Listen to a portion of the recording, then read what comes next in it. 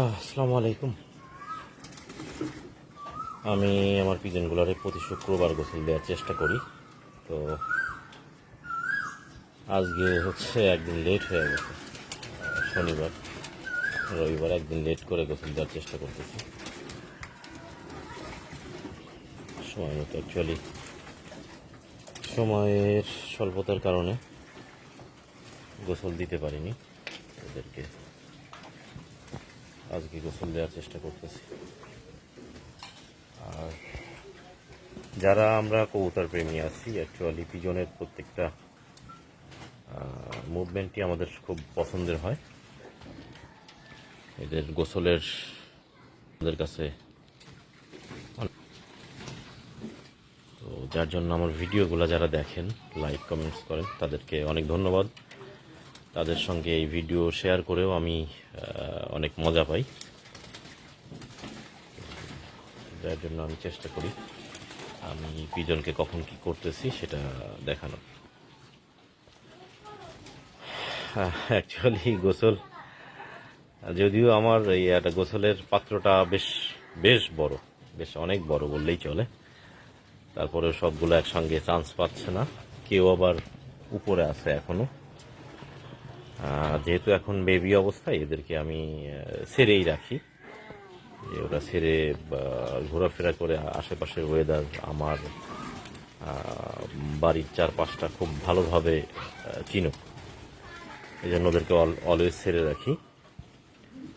তো যার জন্য কেউ একটু ছাদে বসে আছে এই রোদের মধ্যেই, কেউ বা আমার আরেকটা ঘরের সাইডে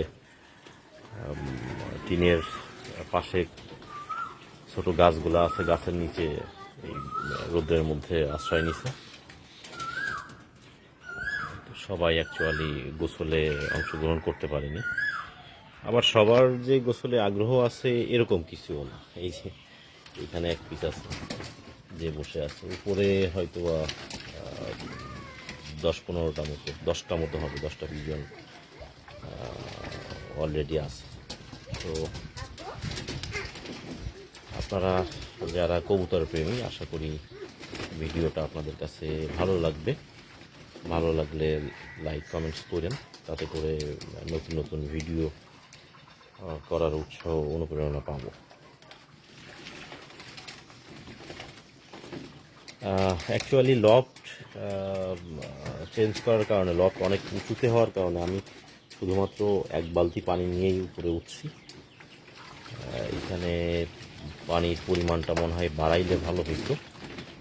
চেষ্টা করব আগামীতে পানির পরিমাণটা একটু বেশি দেওয়ার জন্য। আজকে আর নিচে নামতেছি না, 20 ফিট উপরে তো ওঠানামাটা অনেক কষ্টসাধ্য।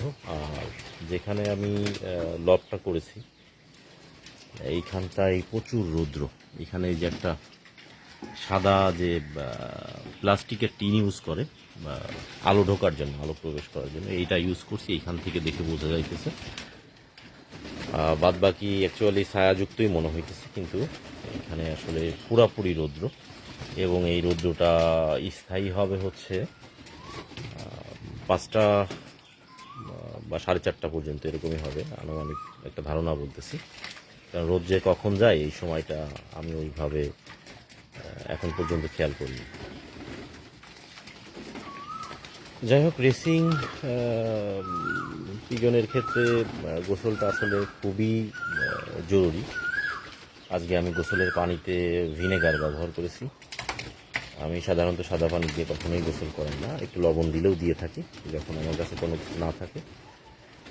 তো আমি হচ্ছে ওদের পানিতে দিয়েছি শুধু ভিনেগার না, ভিনেগারের সঙ্গে কৃমিনাশক যে মেডিসিনটা আছে, দুইটাই অ্যাড করে দিয়েছি।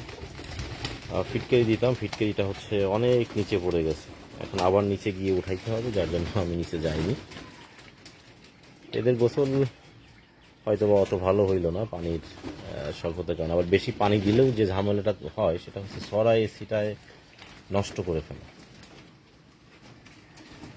যারা ভিজে থাকতে খুব বেশি পছন্দ করে তাদের ক্ষেত্রে আসলে পানিটা একটু বেশি হইলে ভালো লাগে হয়তো বা। তো চেষ্টা করব আগামী সপ্তাহ থেকে গোসলের পানির পরিমাণটা একটু বেশি করে দেবো। তো ভালো থাকবেন সবাই, যারা ভিডিওটা দেখবেন লাইক কমেন্টস করে, তাতে করে নতুন নতুন ভিডিও তৈরি করতে উৎসাহ পাবো। আল্লাহ হাফেজ।